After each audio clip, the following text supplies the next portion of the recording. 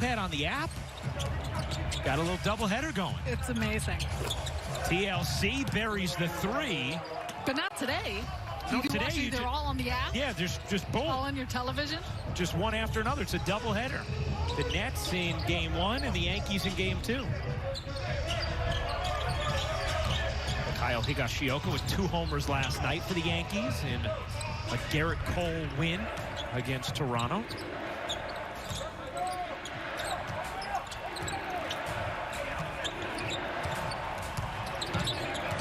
Shamit leaves Jordan with it. Had a nice down court connection. And those were the first minutes that they had spent on the floor together as members of the Nets, after obviously just spending eons together on the floor with the Clippers. Durant, a three, got another. 30. He's locked in, but this is who Kevin Durant is. That is how he shoots, with that level of efficiency. It is just, it's so nice to see him back on the floor. He's a bucket as he's in there continuing to get his work here as TLC for the Nets. They are 15 of 30 and even 50% from three-point range.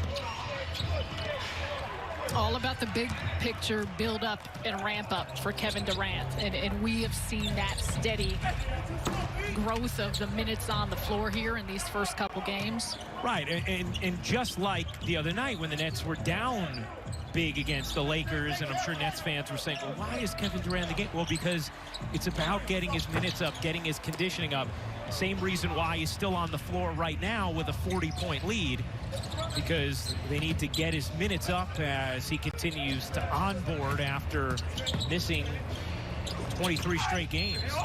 And Jordan is fouled. DeAndre Jordan will shoot 2.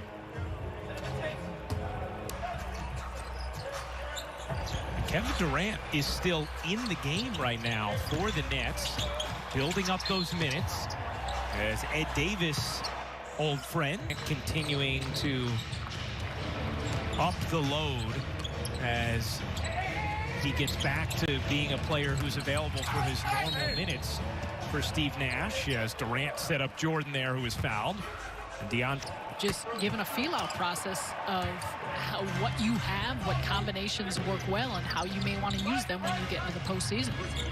Ryan Rucco, Sarah Kustok, Michael Grady with you, our producer Frank DeGrace, director John Purcell, Ian Riley on graphics, Ryan Rutherford on tape in the truck. We appreciate you hanging out with us for an afternoon turned evening of basketball here on Yes. We're going to take you up until 6:30 as Durant today on the floor. The Yankees pregame will come up at 6:30, and then the Yankees will take on the Blue Jays in the second game of our 2-sport doubleheader here on Yes. Kevin Durant here in his 3rd game back. 27 minutes from Durant, who checks out now. 31 points, 4 assists, 4 rebounds. TLC can't in. Alize Johnson into the game. Able to finish. You talked about it earlier in the broadcast, Sarah, the activity on the offensive glass. All around, really, when it comes to the activity from Alize Johnson, we've seen consistently. Layman splashes the jumper. He also just knows how to use his body. Throws it away there. Alize Johnson just signing a multi-year deal to remain with the Nets.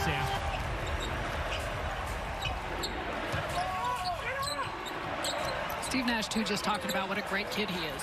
And a good add to the locker room, a good feel to this group. And that matters, because we have seen how much everyone really enjoys playing for each other, playing with each other. Now, if you want a little added storyline for this 4th quarter, Sarah. Of course. As Jake Layman, well, he's going to hurt the storyline. The largest margin of victory in Nets history, a 45-point win back in 1993 against Washington.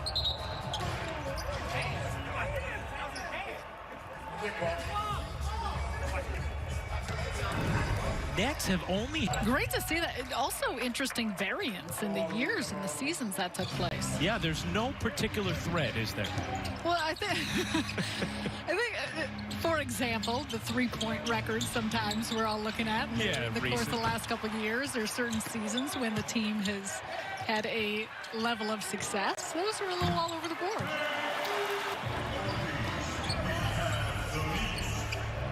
Culver hits the three.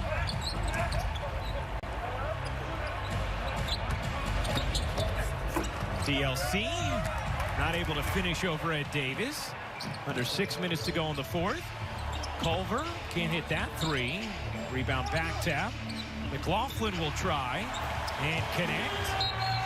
Steve Nash will take a timeout. I feel like we can retire that statement. But Philadelphia has been playing so well, coming off of a big win against Dallas. Ben Simmons included, of course, Joel Embiid back, and he has been a beast. So got a lot of opponents, shooters around him, Tobias Harris as well. So going to be a lot to handle, not just tomorrow, but for the Nets as they finish off the season and if they meet in the postseason. Nets obviously will be without James Harden tomorrow as he continues to deal with the hamstring injury. Brown in the corner, unable to hit the three.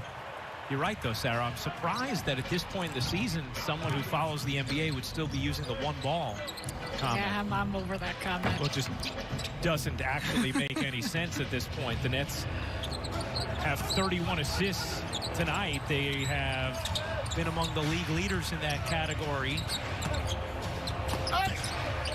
And they're on pace to be the greatest offensive team of all time when it comes to offensive rating. Today, in this particular game,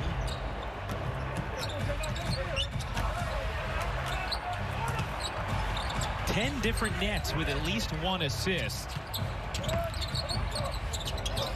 This, though, has been characteristic of throughout the duration of the season. We've seen a lot of that. It's not just been the great passes and ball movement, the body movement. I think it comes from the fact that across the board, they're a really high IQ team that everyone has a great feel of just how to play the game, the ways to balance the floor, the feel off of one another. And I think the impressive part of that is the fact that they all haven't necessarily spent a ton of time in similar rotations or lineups. But I think because of that, they've gotten used to it, and they've gotten used to each other, regardless of who's on the floor.